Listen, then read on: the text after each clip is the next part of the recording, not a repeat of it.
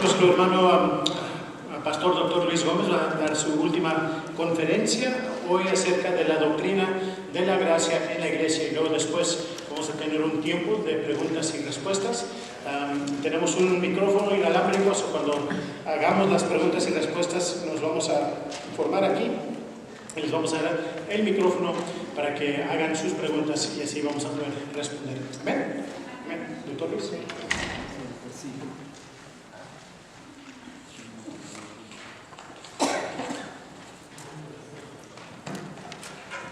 Muy bien, estamos para entrar a la tercera y última conferencia y agradecer a los pastores que tuvieron también darme este privilegio y compartir juntos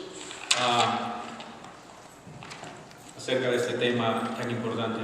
Solo para una remembranza un poquito.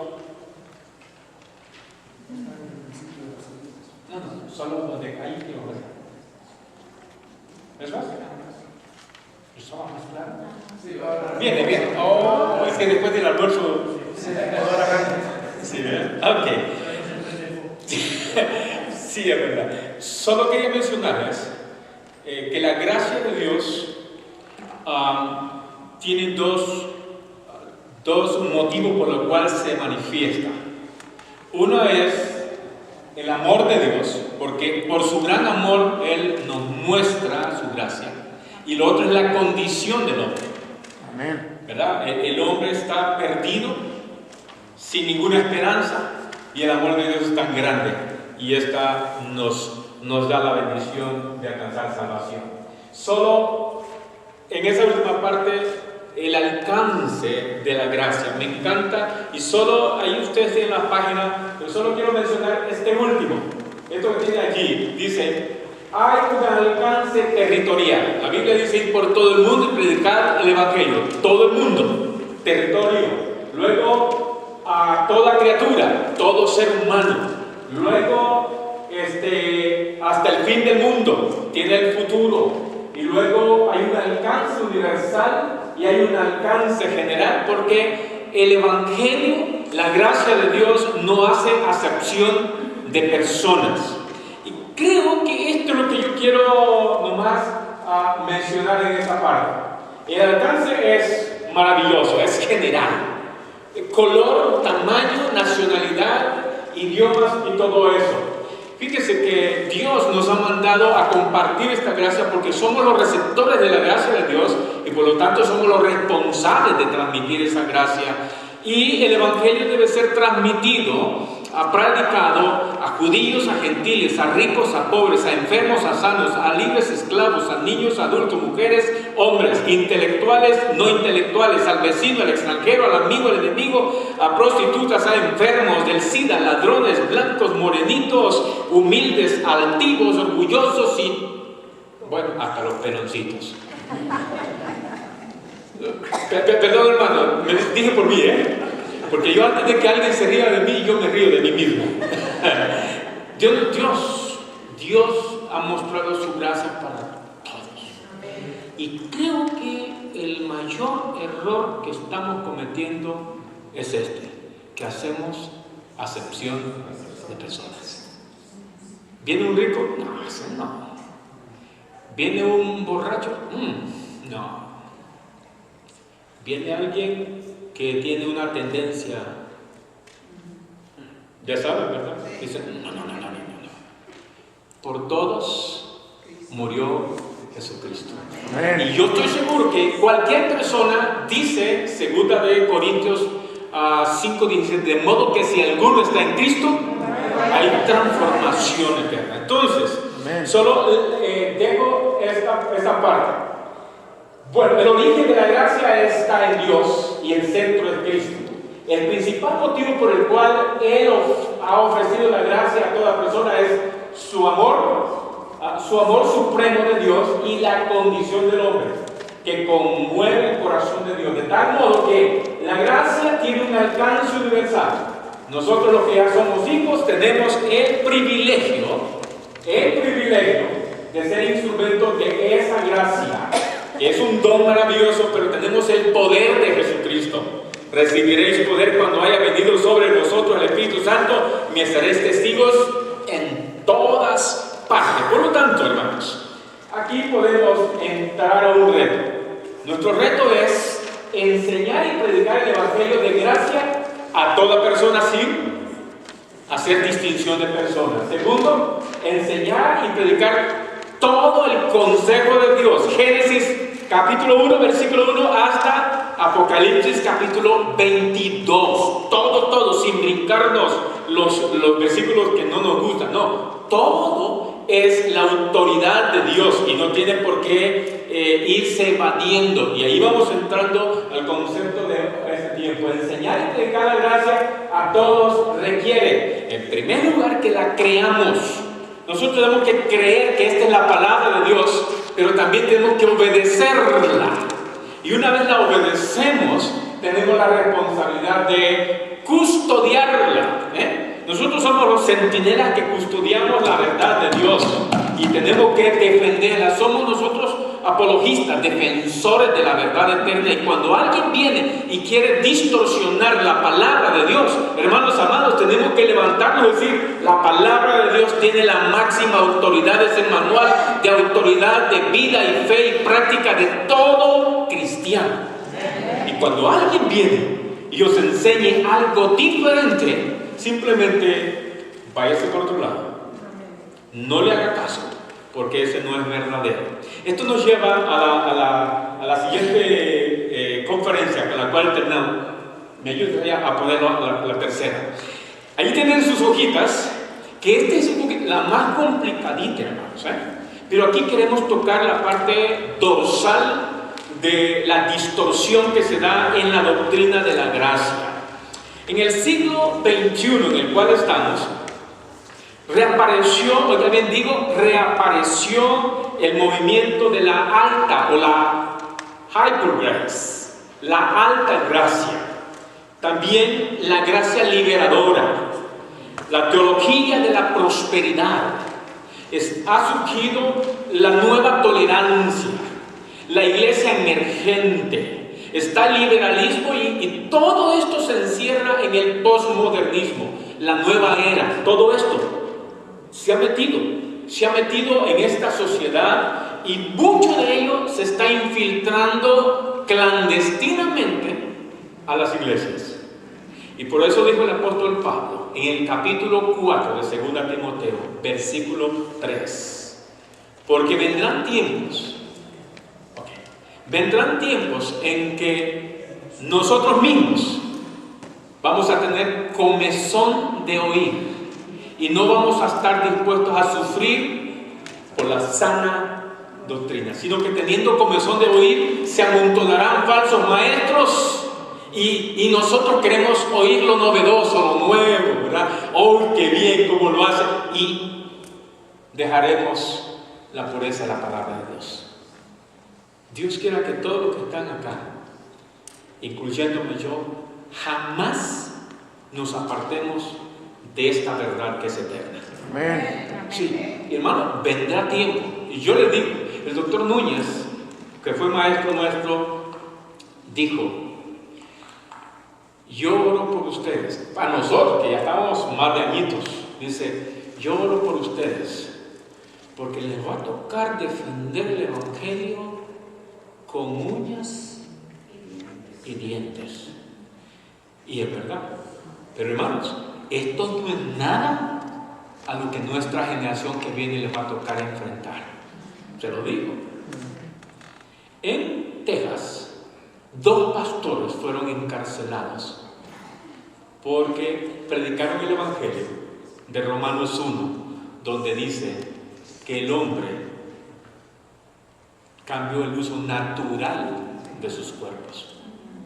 Y la alcaldesa de San Antonio estableció una ley que todo pastor, antes de predicar, tenía que enviarle los sermones para revisarlos. Y si encontraba algo que hablase en contra de todo eso, a la cárcel. ¿Qué vamos a hacer nosotros? Y le dije yo a Baco, el pastor líder de la iglesia donde estamos: ¿y qué va a hacer cuando 2 hombres lleguen y le digan: Baco, queremos que nos cases. Y yo le dije, yo simplemente no he sacado un certificado que me autoriza para hacerlo. Y por lo tanto, señor, disculpe, pero no tengo el certificado para hacerlo. Y él me dijo, yo voy a decir, en mi schedule no tengo tiempo, I'm sorry. Pero va a llegar el tiempo en que nos van a poner entre la espada y la pared y nosotros tenemos que dar una defensa ante todo aquel que nos pida razón de lo que nosotros creemos. Así es. Y esto es de Dios. La gracia dentro de la iglesia ha tenido una distorsión tremenda y se ha metido por todos lados. Así que, aquí bien, una vez entendido todo esto, hermanos, vamos a esto. La hipergracia o la alta gracia es básicamente el sincretismo del siglo XXI. El sincretismo es mezcla de muchas cosas, ¿sí? Es como cuando se hace una ensalada rusa, ¿verdad? Allí le meten de todo. Y si usted va a algún restaurante por ahí, no digo nombre para no quedar mal, ahí le meten hasta ratón. Y uno no se da cuenta, ¿verdad? Pero como ya envuelto en todo lugar, dicen, qué rico se siente. Pero es una mezcla, ¿verdad? El sincretismo es una mezcla de todo. La nueva era apareció mezclando todo. Que la gracia de Dios le da, ellos enseñan, la hipergracia enseña que la gracia de Dios le da a los creyentes la libertad de actuar como les plazca, sin tomar en cuenta los estándares de comportamiento que la Biblia enseña. Esto es exactamente como la enseñanza de los estoicos y los epicúreos en el tiempo del apóstol Pablo. Uno de ellos enseñaba que el cuerpo es tan malo y que a Dios solo le importa lo espiritual. Y que todo el mundo era tan malo que había que apartarse. Y se fueron a las montañas de Colorado. No, se apartaron a las montañas donde no había nada del mundo y crearon el sistema de monasterios. Y entonces ellos dijeron, apartándonos del mundo que es tan malo, nosotros podemos tener una vida pietista, ¿cómo se llama? De santidad. Pero de pronto alguien se dio cuenta, pero ¿necesito yo estar apartado del mundo para no ser pecador? Y dicen, no, si el pecado está aquí. Entonces yo no necesito apartarme del mundo. Y por eso dijo Jesucristo, no ruego que los quites del mundo, sino que los guardes dentro del mundo, porque ahí tenemos que ser sal y luz a todos. Entonces, mis queridos hermanos, ellos comenzaron a enseñar esto. Vea, rápidamente lo que ellos enseñan aquí. Vamos a decir, logro resultar. Sorry. Oh my goodness. Es que fíjense que allá donde estamos, ya no uso eso porque alguien me lo está pasando. Yo necesito que corten lo que pasa. Quiero aquí. Ahí está. No, bueno. La primera, hermanos. ¿Cómo? Sí, pero ya no enfoca. Es esto. Entonces, vean primero, ellos enseñan que Dios no castiga a nadie. ¿Sí? Que Dios no castiga a nadie. Y ese es como abrazar un universalismo. ¿Ya? Que todos vamos a ser salvos, sea como sea. ¿Sabía que los mormones ellos enseñan ese principio? Ellos tienen 3 niveles de reinos: el celestial, el telestial y el terrenal. Dice, al celestial van a ir los buenos mormones. Al celestial van a ir los más o menos mormones y los cristianos. O sea, por lo menos nos meten allí, ¿verdad? Y al terrenal, dice, ahí van a entrar todos. Es el concepto universalista. Estos dicen, como Dios no castiga, así que yo puedo hacer con mi vida lo que yo quiera, a fin de cuentas, ya soy hijo de Dios. Y ese es aprovecharse y malinterpretar la palabra de Dios. Miren, ellos no predican sobre pecado, sobre castigo, sobre infierno, sobre la cruz, sobre la resurrección, sobre el arrepentimiento, sobre la santidad. No predican sobre el juicio final y niegan la segunda venida de Jesucristo. Y uno de ellos famoso es este famoso predicador de Houston, Joel Osteen. Él dijo esas palabras: yo no predico de pecado porque los pobrecitos hermanos van a sentir mal. Y se les dice: si hay algún adúltero aquí, tenga en cuenta que Dios le va a castigar. No, se nos van a ir. Así que el tipo de predicación es un tanto motivacional. Dice: hermanos, todos solo temas así que nos mantienen solo así en agüita dulce. Ay, qué rico, ay, tan lindo el pastor, cómo me anima, ¿verdad?, a prosperar. Y él se está diciendo que es un gran borracho. Y dice: no, pero como aquí, Dios me perdona, es que Dios es amor, ¿verdad? Entonces yo tengo que solo venir el domingo. Entonces el concepto es una teología bien errada. Y aquí entra la nueva era del siglo XX.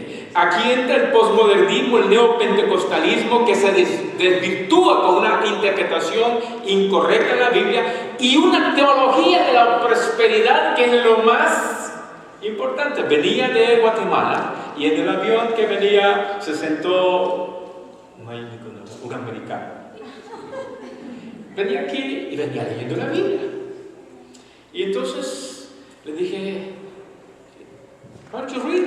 Y me dijo: estoy leyendo sobre los milagros. Ok. Jesús es el que hace los milagros. ¿Tú crees eso?, me dijo. Sí, claro. ¿Y de qué iglesia eres? Oh, vengo del pastor Guillermo Maldonado. ¡Qué hombre más ungido de Dios! Y hace milagros enormes. Oye, le dije, él no hace milagros. El que hace los milagros es Dios. Tú estás en lo incorrecto, me dijo. Y le dije: ¿sabes qué? Tú estás equivocado, porque la Biblia dice que el único que hace milagros es nuestro Señor Jesucristo. Y si va a usar a Guillermo, va a usar a cualquiera, pero es Dios. No. En una sola predicación, 10 milagros. Se quitó el saco y sopló, ¿verdad? Cayeron todos. Y uno dice: qué mala interpretación. Es increíble, porque en Houston está la iglesia donde está este señor Marco, ¿no? Estaba, pero se quedó el cantante. Ya. Entonces, hay una iglesia bíblica cerca de ahí. Y me dijo el pastor: ¿saben lo que hacen mis hermanos de la iglesia?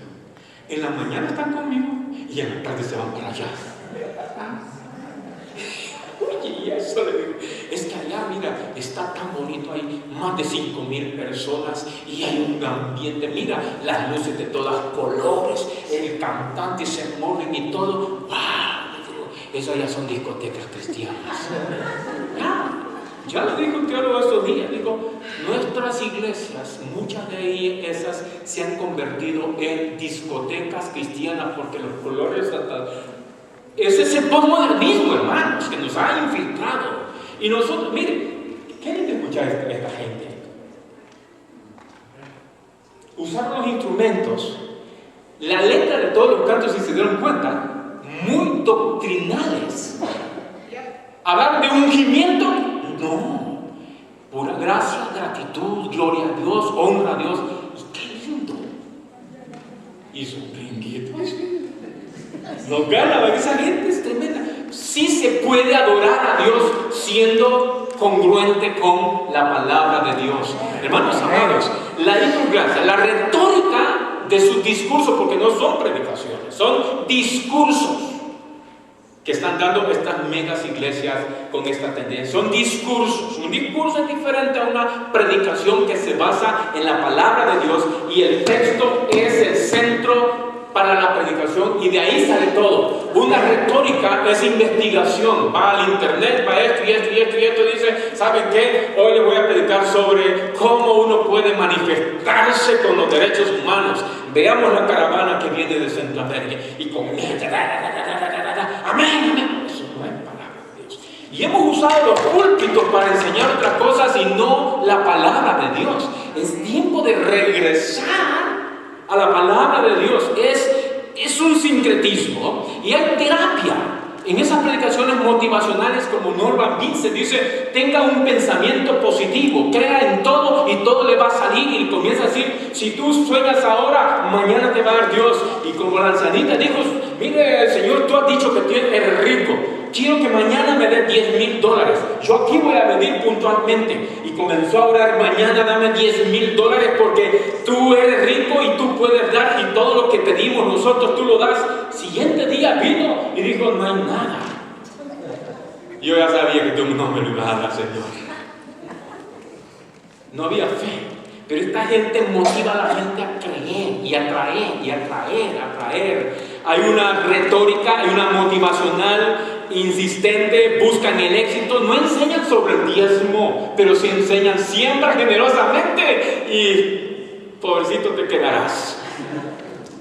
Sí, porque es casi como la filosofía del comunismo: todo lo tuyo es mío y lo mío sigue siendo mío, ¿verdad? Y ven los grandes famosos con esa tendencia a la teología de la prosperidad, viviendo en grandes mansiones, y muchos de los miembros de la iglesia apenas para pagar la renta de la casa. Pero les lavan el cerebro que siembra y vas a cosechar. No, la Biblia nos enseña que prosperemos espiritualmente. Amén. Y Dios, que es rico, nos dará lo que deseamos. Amén. No, lo que necesitamos. Yo meto cascaritas de banana, hermano, no se preocupe. Oh my goodness. Así que, hermanos, aquí tenemos la hipergracia. Es la reencarnación literalmente del liberalismo. ¿Qué? La hipergracia es la reencarnación del liberalismo del siglo XVII y XVIII, donde quieren desbancar a nuestro Dios y donde quieren apropiarse toda la gloria y la honra para ellos, y están haciendo eisegesis en vez de exégesis. Y por esa razón necesitamos volvernos a la palabra. Tenemos el evangelio posmoderno, hermanos. En el evangelio posmoderno tenemos, ahí se incluye todo, miren. Aquí tenemos el liberalismo, teología de la prosperidad, neopentecostalismo, la nueva tolerancia y un movimiento que le llaman iluminados, que en Guatemala, fíjese, enseñaban iglesias que ya no necesitaban leer la Biblia porque era suficiente con el Espíritu Santo, y que no tenían que orar porque al fin de cuentas está el Espíritu Santo, y la Biblia no tenían por qué. Así que tranquilos, no traigan Biblias a los cultos. Bueno, ahora muchas veces está pasando así, ¿verdad? En vez de decir abran la Biblia, dicen enciendan sus Biblias, por favor. Y a veces en esos celulares no aparece solo la Biblia, a veces mete Verizon y pone otras cosas allí, me dicen: no hay que tener cuidado. No, ¿quién va a decir que es el cristiano si solo lleva su iPhone? Pero lleve su Biblia, y que sea grande, no chiquita, aquella que le mete aquí. Dice: lleve la Biblia, y va a decir: bueno, ¿usted es cristiano? Por lo menos lleva la Biblia. A algunos en mi iglesia no les ha gustado que yo les diga eso, pero hermanos, traigan sus Biblias, tráigala. El celular a medio camino se le puede arruinar, se le va a apagar, así como el mío. Se me olvidó el cargador y ahora no sé qué decirle a mi esposa, ¿verdad?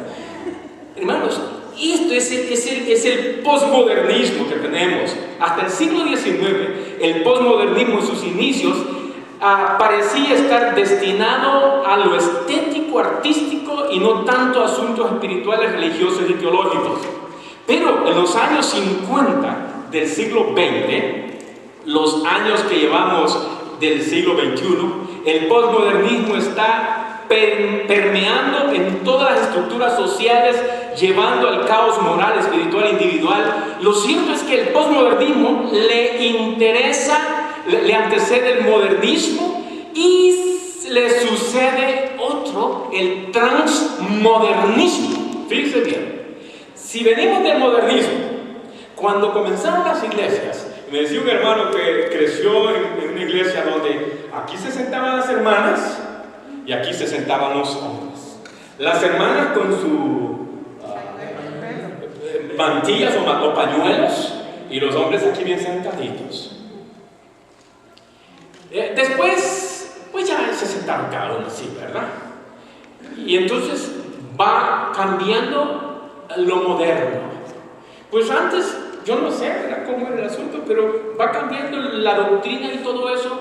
Y luego entramos ahorita a la era del posmodernismo. Estamos ahorita en el posmodernismo. Y vendrá el tiempo donde yo ruego por mi nietecita y por otro nietecito que vendrán, que a ellos les va a tocar vivir ese transmodernismo que será peor que el posmodernismo. Y allí es donde nosotros necesitamos dejar un legado a nuestra generación, de ser leal, fiel a la palabra de Dios, centrales, convicciones, bases doctrinales, y que aunque vengan terremotos, lo que sea, usted pueda estar seguro que ellos se mantienen fieles y firmes en la palabra de Dios.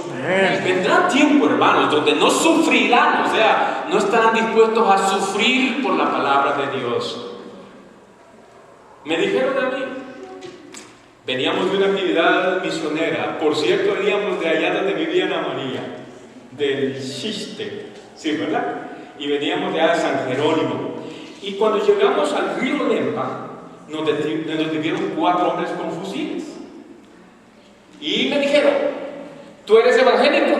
Sí, lo soy, venite. Y me metieron a un cuartito de 2x2, oscuro, y me pusieron el fusil acá. Ajá. ¿Sos evangélico? Sí, lo soy. Decime 25 versículos de memoria. Oiga, sin nada aquí uno lo dice, pero teniendo aquí y en lo oscuro, en un cuartito, porque si no, aquí mismo te quedas.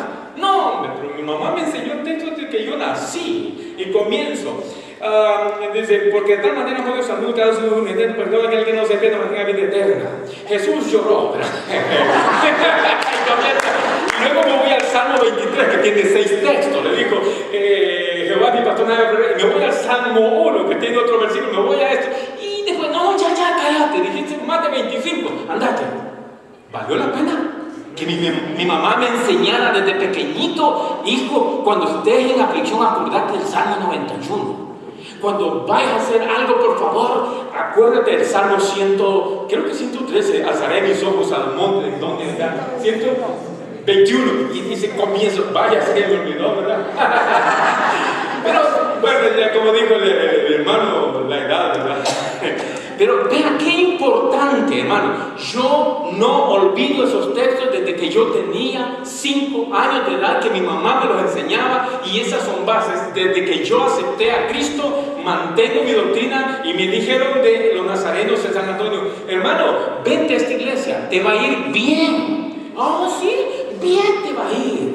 Y le dije yo, oye, ¿me permites mantener mi estilo de enseñanza apegado a la palabra de Dios y que no tengo que estar obligado a enseñar como ustedes enseñan los wesleyanos? ¿Firma aquí? No. Ustedes me van a firmar. Sí, no me van a coartar. No, así no, pues así tampoco. Es que este es mi manual de conducta. Este es mi guía. Esta es mi autoridad. Amén. Y yo no voy a vender mi primogenitura doctrinal por un plato de lentejas y allá en IHOP. No.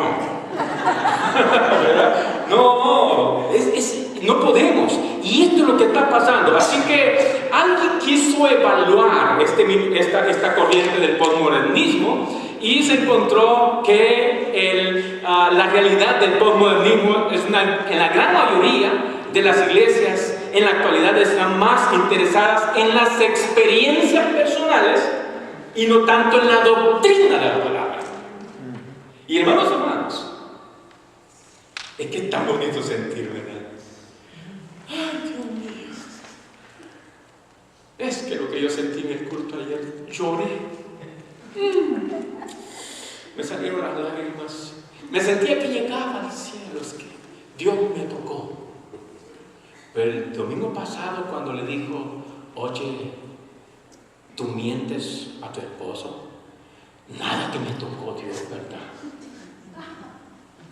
Es que el sacerdote le dijo al sacristán, sacristán, las limonas se están perdiendo. Y el sacristán le dijo, aquí no se oye. Y entonces le digo, venga a ver, sacerdote. Y se vino para acá y el sacristán se fue a ver. Sacerdote, el vinito se está acabando. Ay, verdad que no se oye, ¿verdad?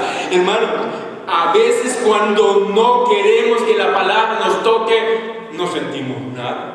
Más lo que sentimos se enoja con los pastores. Este pastor lo dijo por mí. Estaba predicando en mi iglesia en Maryland.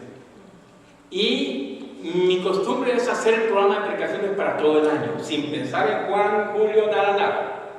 Y ese día, domingo, me tocaba predicar en 1 Corintios 5. Y el título era, ¿hay algún inmoral en este día? Y yo luego pedí, ¿algún adúltero? Yo no sabía nada.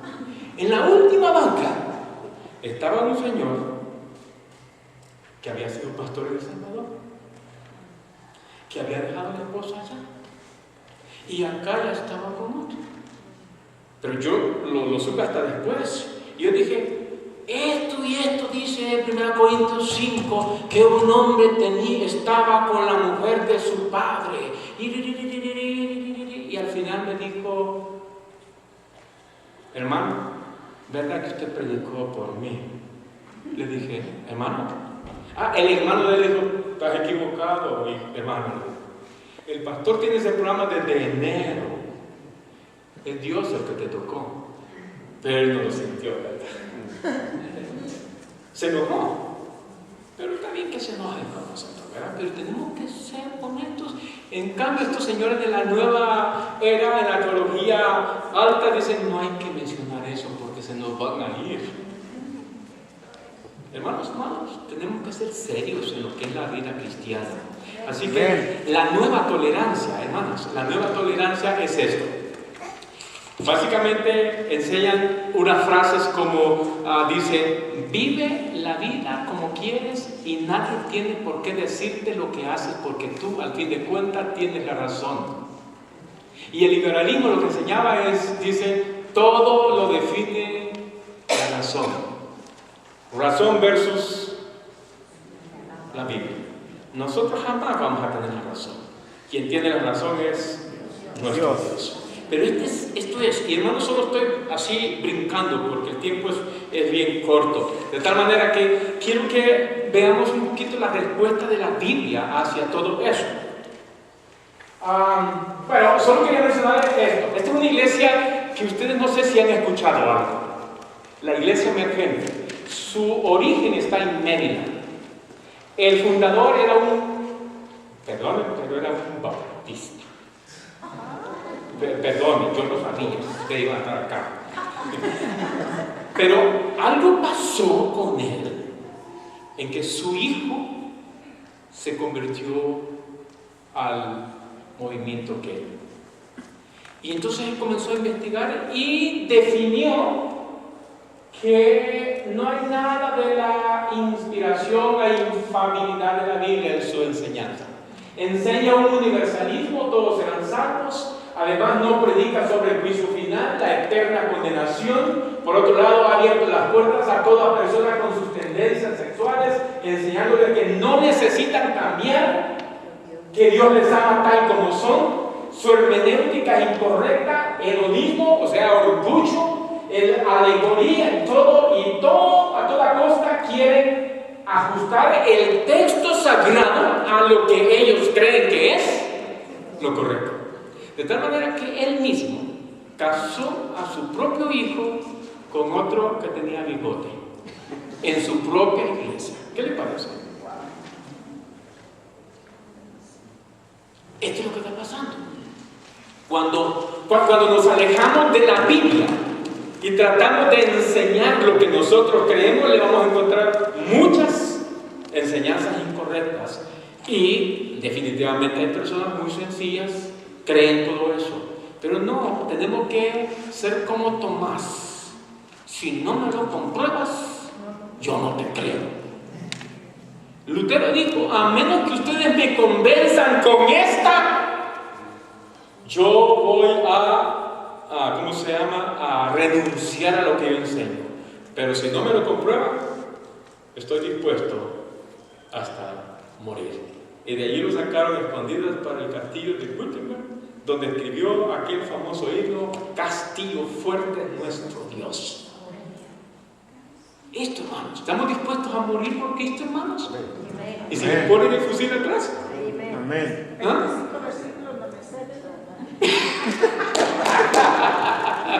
Es verdad, pero si tiene su fe bien.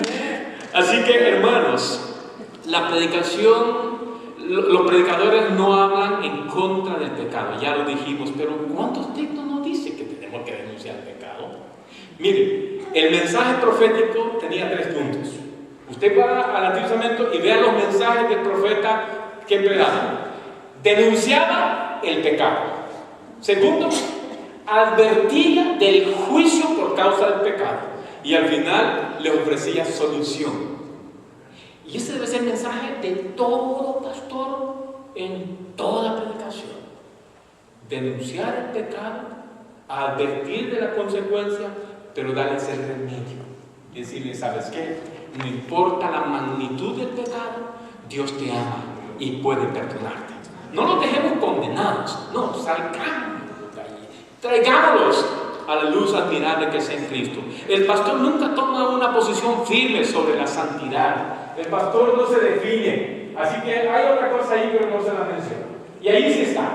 Solo se lo leo por tiempo, ¿verdad? El 2. El pastor nunca toma una posición firme sobre la santidad. La Biblia ordena ser santos en toda nuestra manera de vivir. Y Romanos 1, 1 Corintios 6, 19 dice que ¿acaso ignoráis que sois templo y morada del Espíritu Santo? Y Gálatas 5, 13 dice, quiero que usen la libertad, pero no usen la libertad y convertirla en libertinaje. Somos libres en Cristo, pero no totalmente, porque estamos obligados a obedecer esta palabra. Pero la Biblia dice, si el Espíritu os libertare, seréis verdaderamente libres de la condenación eterna, y somos más felices así. Así que, hermanos amados, 1 Pedro dice, así como Dios es santo, sed también vosotros santos. El Antiguo Testamento es ignorado casi en su totalidad por estos movimientos, pero según Timoteo 3, 15, 16 y 1 Pedro, al capítulo 2, 1, 21, dice, todas las escrituras inspiradas por Dios es útil para esto y esto y esto, y el último versículo, a fin de que el hombre esté plenamente preparado para toda buena obra. Amén. Y 1 Pedro dice, toda la escritura no fue inspirada por los hombres, sino que ellos, siendo movidos por el Espíritu Santo, escribieron la palabra que es perfecta de nuestro Dios. Así que los líderes, hermanos, esto me llamó la atención. A los líderes no se les permite predicar y enseñar abiertamente, aunque estén viviendo en pecado. Es que el hermano tiene buen testimonio en la iglesia, ¿verdad? Es el que más ora, no, el que más ofrenda trae. No, el evangelio no se mide por eso. Entonces, la Biblia dice que no nos conformemos a este siglo, sino que nos apartemos, no nos acomodemos a este mundo, al sistema de cosas, sino que seamos renovados. Los líderes deben ser irreprensibles, segunda 1 Timoteo 3.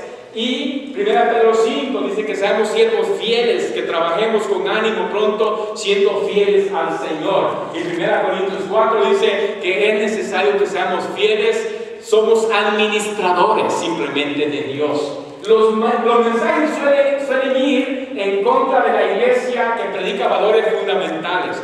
Miren, una hermana dijo, ¿y de qué iglesia es usted? Pues somos de la iglesia bautista, bíblica, centroamericana. Qué frío, puros muertos ustedes. Así le dijeron a ella. Dice, tan fríos. Y ella quiso defender el Evangelio, lo hizo de otra manera. Pero ¿sabe qué? En las refrigeradoras se guardan las mejores cosas. Como digo, ustedes parecen una refrigeradora y fríos, pero ahí se guardan las mejores cosas. ¿Creen ustedes que funciona? ¿Tú qué dices, Jorge?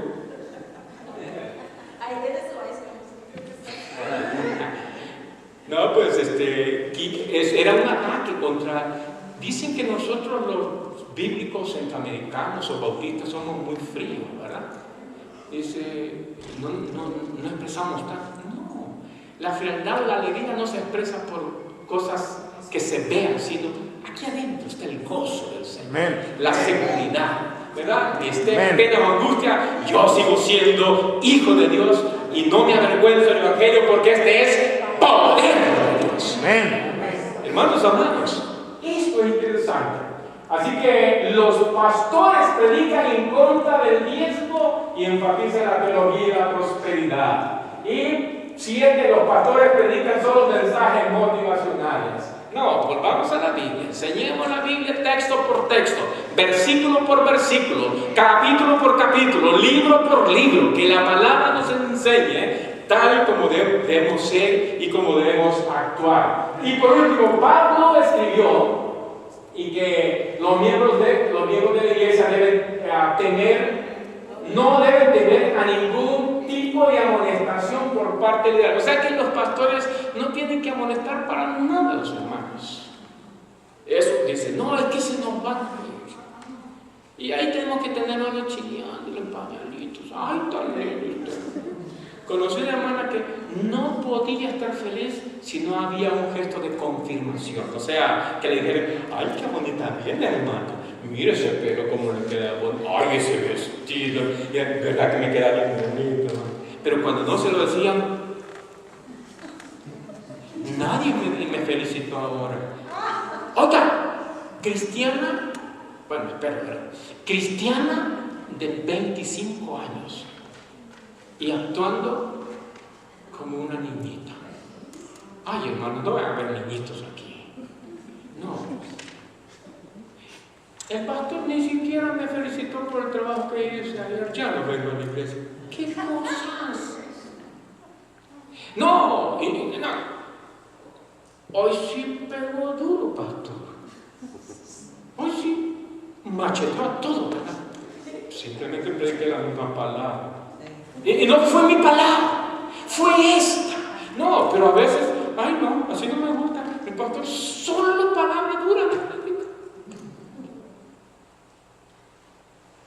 Y ya uno dice, ay Dios mío, entonces, fíjense que mis primeros mensajes en el año 86 como pastor fue en Romanos. Después de predicar y dar un estudio, vino el presidente de los diáconos. Mira Luis, esa palabra tuya es puro de niños de parvularia. Eso es tan sencillo. No, hombre, eso no sirve. Detrás de él venía el papá y me dijo, pastor, qué profunda esa enseñanza. ¿Qué cosa? Y dice, bueno, entonces, ¿es profunda o sencilla? Pero cada uno comienza a tener perspectiva. Y no, la palabra en todo tiempo es palabra de Dios y nunca regresa vacía. Puede ser hoy, puede ser mañana. Yo dije, alguien vino ahora antes de venir y se escuchó a Vicente Fernández. Me caí de las nubes que andaba. Pero yo lo dije sin saber. Y al final una hermana me dijo, hermano, ¿y quién le dijo? No, pues nadie, yo solo tiré la tardaga. Hermanos amados, pero tenemos que ser sólidos en la palabra de Dios, mantenernos firmes. Y hermanos, termino con esta última parte que solo lo mencionan, porque ya el tiempo no fue, ¿verdad? ¿Va que sí, hermano? La gracia en la vida de la iglesia es por gracia, la salvación por gracia. Es una gracia por amor, y la gracia se encuentra en nuestro Señor Jesucristo. La salvación la revela Dios. La gracia, el amor se expresa al salvar al hombre. Esa misma gracia nos sostiene todos los días. Esa misma gracia es la que me da fuerza, me da convicción, me da poder. Y esa gracia me guía, me enseña, me controla, me moldea todos los días. Ante tan maravillosa gracia, debemos tener una actitud de gratitud, de contentamiento, de entrega y de servicio. Termino con la conclusión. Leamos juntos, hermanos. Sí, dice, ¿verdad? El significado de la gracia de Dios, según la Biblia, es el don maravilloso de la salvación por la gracia de Dios. También es el poder que nos capacita para vivir de manera agradable a Dios. Es la fuerza y la fortaleza que nos hace vivir en contentamiento, sometidos a la Biblia, al Espíritu Santo, al amor de Cristo y a la misión de la Iglesia sobre la tierra. Establece límites a nuestro comportamiento por voluntad y autoridad de Dios en la Biblia. Así que el origen de la gracia está en Dios y el centro es Cristo. Ningún humano tiene el permiso para cambiarla o modificarla o aún más ignorarla. El principal motivo por la que es ofrecida la gracia a toda persona es el amor de Dios y la condición del hombre que conmueve el corazón de Dios. De tal manera que la gracia de Dios tiene un alcance universal. Nosotros que ya somos hijos de Dios tenemos el privilegio de ser instrumentos de la gracia de Dios al llevar el Evangelio de salvación a toda criatura y enseñar que esta gracia divina es el poder que debe controlar, guiar, dirigir, limitar nuestro sentir, nuestro pensar y nuestro actuar. Ahí están los dos retos para todos. Como pastores, ¿cuántos pastores tenemos aquí? Levante la mano. ¿Cuántos líderes hay aquí de la iglesia? Levante la mano. Ok. Como pastores, misioneros, maestros y líderes somos responsables no solo de conocer y escudriñar las escrituras con seriedad y disciplina, sino saberla interpretar para luego obedecerla y aplicarla con autoridad, fidelidad, pero también defenderla ante todo aquel que intente torcerla, distorsionarla, modificarla o simplemente dar razón de nuestra fe que es por gracia de Dios. Pero como iglesia, hermanos, y como cristianos somos responsables de custodiar, oiga bien, custodiar la doctrina, obedecerla, defenderla y enseñarla, haciendo justicia al texto bíblico. Es nuestra responsabilidad delante de Dios conservar la doctrina de la gracia tal como fue enseñada por Jesucristo, los apóstoles y nuestros representantes de la Reforma en el siglo XVI. Debemos ser apologistas, o sea, defensores de la gracia divina ante todo el posmodernismo que se está metiendo sin permiso en nuestras iglesias. Oramos. Amado Dios, gracias, porque el tiempo en que estamos viviendo es el tiempo que Pablo advirtió que vendría. Ahora nosotros somos los instrumentos de gracia, de enseñar el Evangelio puro, pero también obedecerlo, vivirlo y defenderlo ante todo aquel que quiera mancharlo, distorsionarlo. La gracia de Dios nos ha dado vida eterna y esa gracia tuya debe ser la que controle, limite y guíe nuestro comportamiento hasta que tú vengas por tu iglesia.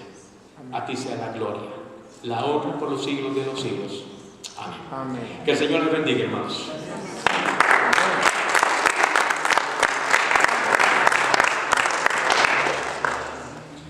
Bien, gloria a Dios. Voy a pedirle, hermano, yo sé que ya se sentó el hermano.